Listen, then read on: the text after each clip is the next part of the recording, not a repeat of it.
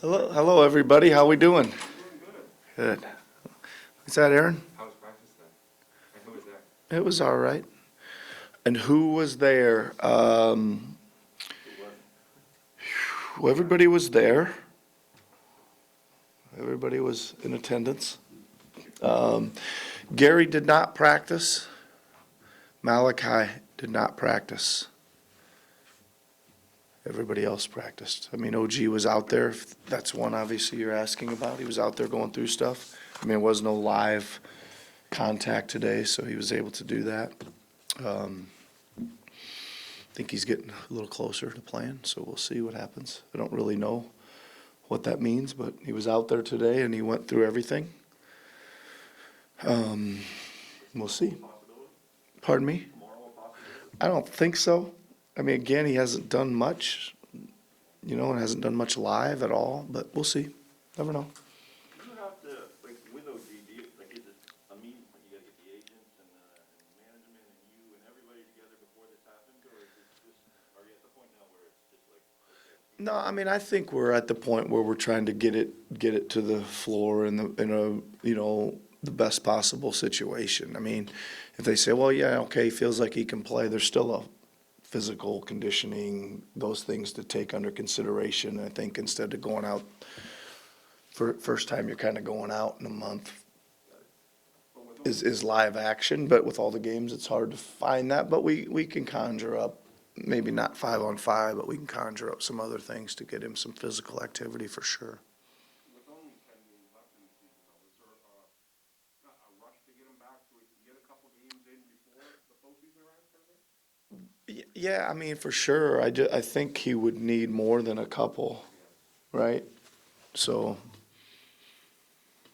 let's shoot for hope he can get into 5 of them or something. Just me talking, but I think the more the more. I mean, I think it'd be good to get him some minutes and then get him a few more minutes and kind of ramp it up as you go, rather than, okay, geez, we only got 3 games left. We got to get him in shape, right? And then overplay him or whatever we got to do. So it's a bit tricky, but it's good news that he's getting closer. Sorry to interrupt.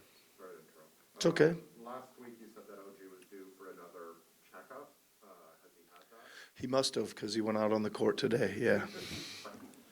And Gary, you said further looking at what. Yep.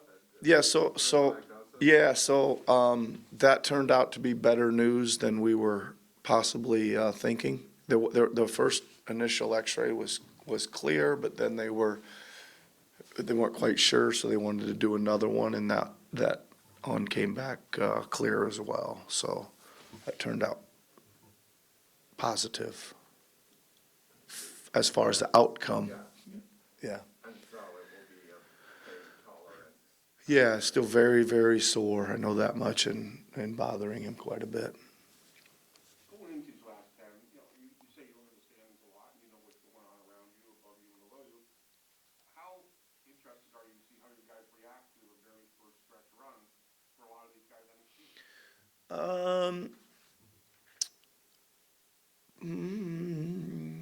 Well, I just think that again, I don't, it's such a funny time of year, right?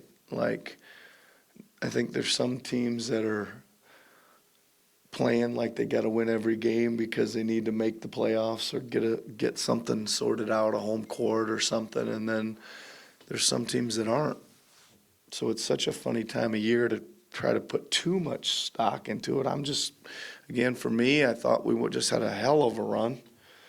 I mean, if you would have looked at that going into it, you'd have been like, oh boy. And we came out of that like, I think, beyond anybody's wildest dreams, right? Beat, literally all the top teams in the league the last time we faced them.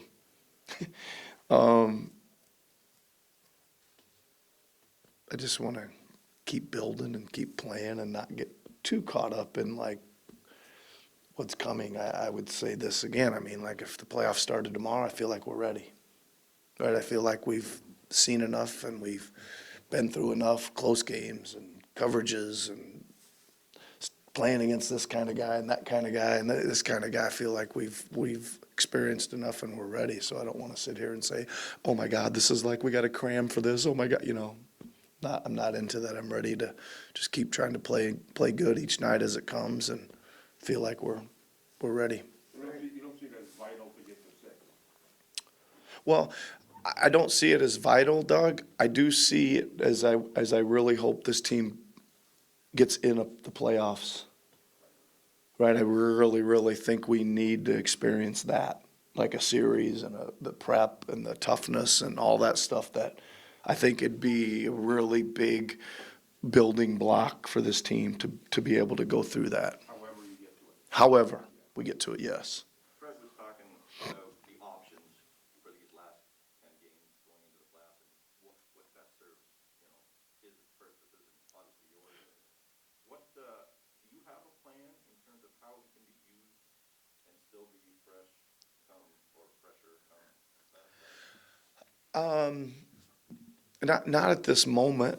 I do know that we've as a coaching staff, we've, met this morning on that particular topic and thinking about it.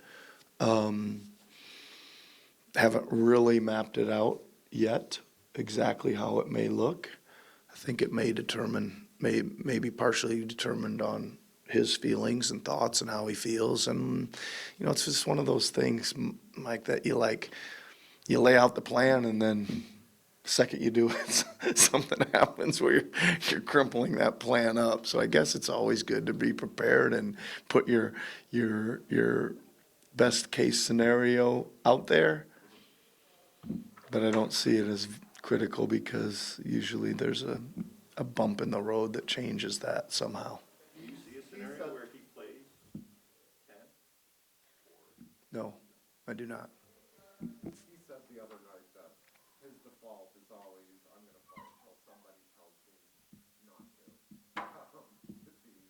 The implication being he's not gonna be the one to tell him to say to not to. So, I mean, when you know that about your player, I mean, obviously it's not only your decision, it's the medical teams, but like how much extra onus and care do you have? Right? Yeah, I mean, I would say this, Eric, I would say we always probably try to have a lot of open communication about it, right? With my staff, with the medical staff, with Fred, with Bobby Masai. We have some open dialogue about it for sure. And I guess that it's, I guess it comes down to me most of the time on whether or not which direction we're gonna go, right? I'm probably gonna, if everybody's sitting around and say, well, we'll do whatever you want, then somebody's gotta make a decision, and that's usually me, so, I'll do the best I can with that information going forward. What is it about Cleveland that makes them so tough to play? Their length, is that fully at the 3-7 footers they let up there, or what do they do? Yeah, listen, I think that that's the thing that kind of jumps out to everybody, I think. Certainly the rim protection and the length in general across the board. But I think the other thing is they got a lot of really good players. I mean, like Garland's really, really good, and come off the bench with Kevin Love, who's really, really good. And experienced, and Osmond's having a great year. He's big and athletic and shooting, and all the other they got a couple role players that come out there and play really hard, and they're athletic and rebound and run, and that's probably why they've been able to do what they've done this year. How different are they without Allen? Listen, he's a good player. His shot blocking and his rim threat, and to me, he's like a low mistake guy. You know what I mean? He's safe pair of hands. He gets the ball where it needs to go. He just makes plays that are kind of in the right place at the right time. Like these little plays here and there that if you're trying to put too much heat somewhere else, there he is, dunking it in on you or tapping it in on you or grabbing an extra possession for them. And he's I think he's if you don't make a lot of mistakes, that means you get a pretty good sense of what's going on out there. So I think he's a good glue IQ guy for him too. Did Scotty win the Rookie of the Year? 100%. 100% he should. Why? Who else is in it? Who else is in the race? I know. I'm certainly gonna vote for my own player if I'm given a vote. You don't know? He's played great. I think Scotty's played great. I think it's a hell of a race. Mobley's been unbelievable. I think Scotty's been as unbelievable, like especially lately. He's been a real force. I think it's probably a big deal a long time from now, right? As you know, my concern is that he keeps playing tough and aggressive and getting attempts and playing a lot of minutes and gets more and more experience as it goes. So I think it's been a hell of a year for him, and we got a long way to go yet. Is he getting more vocal, He's like within the team? he's vocal, yes. He's just right. He's got a good sense of, for being a young player, of what he can bring verbally and leadership wise and all those things. Yes, very good. Put pressure on him in these last 10 games? Oh, Because, for what? To try to win that award? no, to just get you guys to the playoffs as a rookie, as a kid playing the biggest games of his life, pretty much. I think there's probably always a sense of pressure to perform in this business, right? Is there added pressure? I don't think so, Doug. I think that again, we're sitting here in a position that I don't think anybody dreamed we'd be in with 10 games to go. And we were picked well back, 11th, 12th in the East, and we're not there. We're got ourselves in position to play ourselves in if we want to. So I think we're continuing to grow and build and just keep competing and fighting, and we'll let it fall where it may. When you step back, the Rookie of the Year is so often high usage player, bad team type deal. And the two top candidates, I would say, are average usage, really across the board contributors, not necessarily in that 30 and 10 type way.